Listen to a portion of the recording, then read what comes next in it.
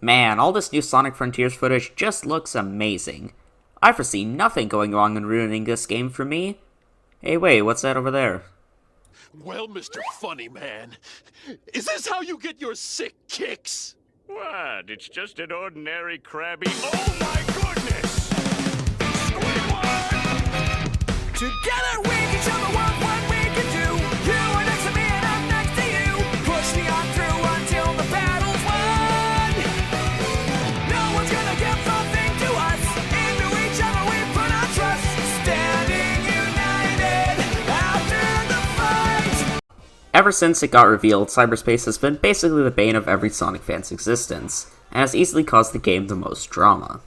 But how did we get to this point, and why are linear Sonic levels, especially that bring back level themes, now are this controversial amongst the community, and controversial enough to the point where they are unanimously agreed to be the worst part of the game?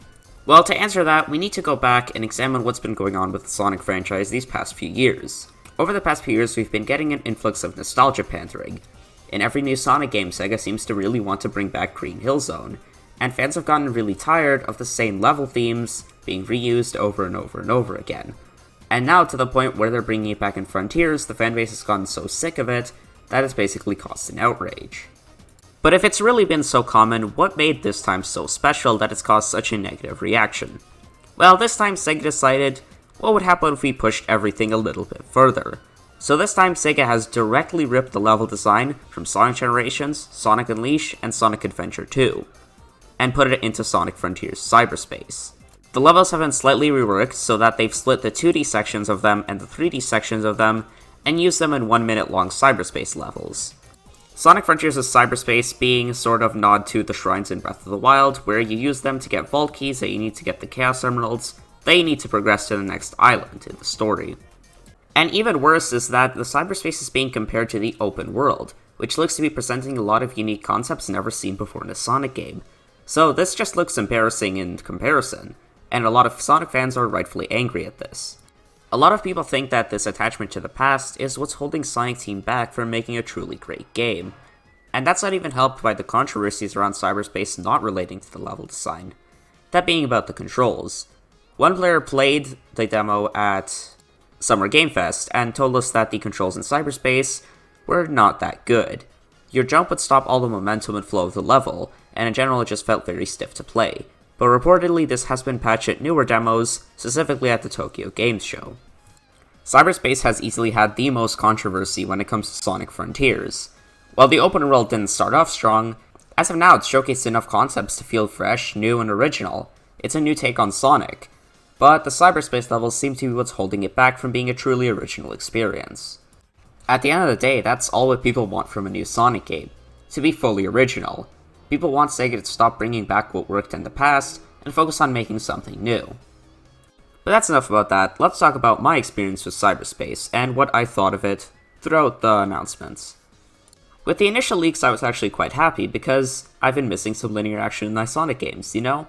I wanted some new original boost levels, because the ones that I've had have been getting stale for a while now, because they're the only boost levels we've got, since boost games don't typically contain too many levels. There's only so many times you can play through all the stages in Sonic Generations without it getting a bit stale.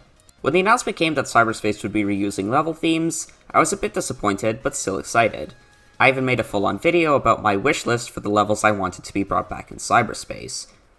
But then came the biggest blow. As more and more leaked footage started to show from Summer Game Fest, we finally got the information that the level design from Sonic Unleashed Generations was being reused, and even more confirmation of that leaked throughout the days, as Green Hill Zone and Sky Sanctuary were both leaked. I'm not going to lie to you and say I was excited for this, because this was a pretty big blow. I was still excited for Sonic Frontiers itself, but this definitely disappointed me in Cyberspace quite a bit.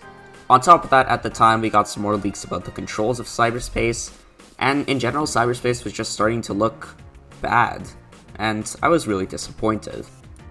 And seemingly I wasn't the only one, because around this time, everyone and their mother was disappointed in Cyberspace.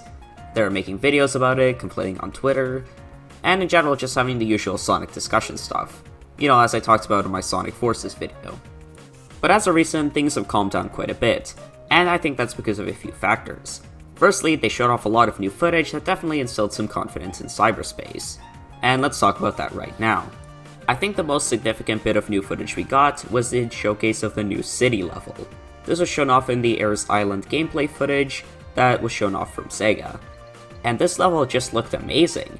There are plenty of alternate paths to go on, you can control Sonic smoothly without having to drift. It looked fun, and it showed that Sonic Team has the capability of creating original level design still. Just unfortunately they didn't have enough time to do it for the entire game. And that's one thing I really don't like about the conversation surrounding Cyberspace. People are calling the developers lazy for doing this, and that's something I don't condone at all. The developers are not lazy, just they might not have gotten enough time to finish up the game properly. Either that, or this was their plan all along. They wanted to reuse the level design on purpose, to create a sort of sense that Sonic's memories are being messed with. Calling developers lazy just means you're ignorant about what's going on in the game industry. But back to the point at hand, after this new footage, we really didn't get much new, and I think this definitely helped out by mellowing down the discussion around Cyberspace. And personally, it's mellowed me down as well. I think Cyberspace will be a fun little distraction. It'll definitely be much better than it looks. It's actually a really cool idea to supplement the gameplay loop, and add in a little bit of spice to Sonic Frontiers. But with that, I think that's given all my thoughts on Cyberspace, so that's it for me, Davron, signing off.